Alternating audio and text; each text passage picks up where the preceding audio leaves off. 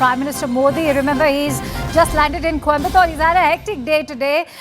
And after Andhra, his visit to Tamil Nadu. Let's listen. पान India level पर आगे ले जाना है।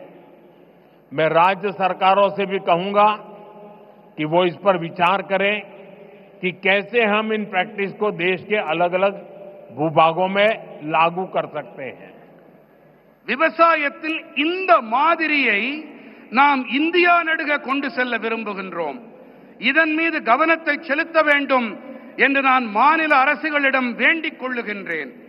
அதாவது எப்படி இந்த வழிமுறைகளை தேசத்தின் பல்வேறு பகுதிகளிலும் அமல் செய்வது என்பதை நாம் ஆராய வேண்டும். साथियों, साउथ इंडिया एग्रीकल्चर की एक लिविंग यूनिवर्सिटी रहा है। इसी भूभाग पर दुनिया के सबसे पुराने फंक्शनिंग डैम्स बने। यहां 13th सेंचुरी में कलिंग रायन कैनाल बनी।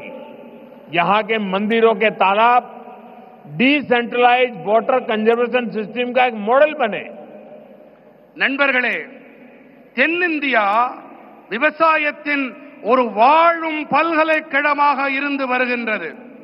இந்த பகுதியிலே உலகத்தின் மிக பழமையான இன்றும் கூட செயல்பட்டு வரும் அணைகள் உருவாக்கப்பட்டிருக்கின்றன. இங்கே 13ஆம் நூற்றாண்டைச் சேர்ந்த கலிங்கராயன் கால்வாய் உருவாக்கப்பட்டது.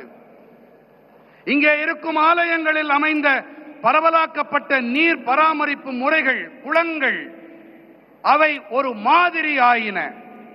इसी धरती ने नदियों के जल को नियंत्रित कर इसे खेती के लिए इस्तेमाल करने का मॉडल दिया। इसी धरती ने हजारों वर्ष पहले इतनी साइंटिफिक वाटर इंजीनियरिंग की है। इसलिए मेरा विश्वास है देश और दुनिया को नेचुरल फार्मिंग में लीडरशिप भी इसी भूभाग से मिलेगी।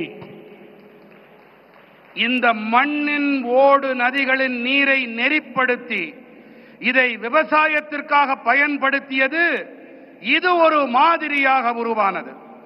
இந்த மண்ணில் ஆயிரக்கணக்கான ஆண்டுகளாக அறிவியல் பூர்வமான நீர் பொறியியல் மேற்கொள்ளப்பட்டு வருகின்றது.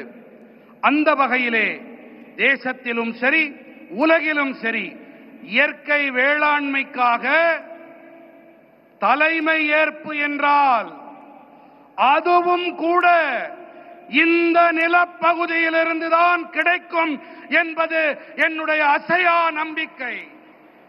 साथियों, विकसित भारत के लिए एक फ्यूचरिस्टिक एग्रीकल्चर इकोसिस्टम बनाने के लिए हम सभी को एक साथ मिलकर काम करना होगा. நண்பர்களே, வளர்ச்சியடைந்த பாரதத்திற்காக வருங்கால விவசாய சூழல் அமைப்பினை உருவாக்குவதற்காக நாம் அனைவரும் இணைந்து பணிபுரிய வேண்டும். मैं देश भर के मेरे किसान भाई बहनों को, तमिलनाडु के मेरे किसान साथियों से कहूंगा कि आप 1 एकड़ 1 सीजन से शुरुआत करें। यानी आप एक सीजन में 1 एकड़ भूमि पर अपने खेत में 1 एकड़ एक कोने में नेचुरल फार्मिंग करके देखें। वहां से जो नतीजे मिलेंगे उनके आधार पर आप दूसरे साल और ज्यादा करें, तीसरे साल और ज्यादा करें और आप आगे बढ़े. நான் நம்முடைய தேசத்தின் விவசாயிகளாகட்டும், இங்கே தமிழ்நாட்டின் விவசாய பிரதிநிதிகளாக இங்கே கூடியிருக்கும் வேளாண் துறை சகோதர சகோதரிகளாகட்டும், நீங்கள் அனைவரும் 1 ஏக்கர் 1 பருவம் என்பதிலிருந்து தொடங்குங்கள். அதாவது நீங்கள் ஒரு பருவ காலத்தில் 1 ஏக்கர் நிலத்தில் இயற்கை விவசாயம் செய்வதை தொடங்குங்கள். அதிலிருந்து உங்களுக்கு என்ன பலன்கள், என்ன விளைவுகள் கிடைக்கிறதோ அதை பொறுத்து விரிவாக்கம் செய்யுங்கள் என்று நான் என்னுடைய விவசாய சகோதர சகோதரிகளிடம் கேட்டுக்கொள்ளுகின்றேன். मैं सभी साइंटिस्ट और रिसर्च इंस्टीट्यूशन से भी आग्रह करूंगा कि नेचुरल फार्मिंग को एग्रीकल्चर करिकुलम का मुख्य हिस्सा बनाएं। आप गांव में जाकर किसानों के खेत को अपनी लैब बनाएं। हमें हर हाल में नेचुरल फार्मिंग को साइंस बैक्ड मूवमेंट बनाना होगा। இயற்கை விவசாயத்தை வேளாண் பாடத்திட்டத்தில் முக்கியமான பங்காக ஆக்குங்கள். கிராமங்களுக்கு சென்று விவசாயிகளின் வயல்களை உங்களுடைய பரிசோதனை கூடங்களாக ஆக்குங்கள் என்று நான் அனைத்து அறிவியலாளர்களிடமும் ஆய்வு நிறுவனங்களிடமும் வேண்டிக் கொள்ளுகின்றேன். நாம் எப்படியாவது நாம் இயற்கை விவசாயத்தை அறிவியல் சார்புடைய இயக்கமாக ஆக்க வேண்டும். नेचुरल फार्मिंग के इस अभियान में राज्य सरकारों और एफपीओज की बड़ी भूमिका और बहुत बड़ी भूमिका है। बीते कुछ सालों में देश में 10,000 किसान उत्पाद संघ एफपीओज बने हैं। இயற்கை விவசாயத்தின் இந்த இயக்கத்திலே மாநில அரசுகள் மற்றும் விவசாயிகள் உற்பத்தியாளர் சங்கங்களின் பங்களிப்பு மகத்தானது. கடந்த சில ஆண்டுகளிலே தேசத்தில் 10,000 விவசாயிகள் உற்பத்தியாளர் அமைப்புகள் உருவாகி இருக்கின்றன.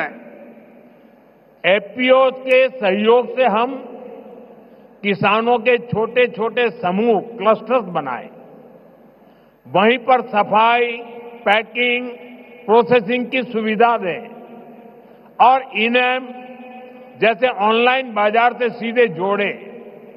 इससे प्राकृतिक खेती से जुड़े किसानों को और लाभ होने की संभावना होगी। விவசாயிகள் உற்பத்தியாளர்கள் சங்கங்களின் உதவியோடு நாம் விவசாயிகளின் சின்ன சின்ன குழுக்களை உருவாக்கி இருக்கின்றோம்.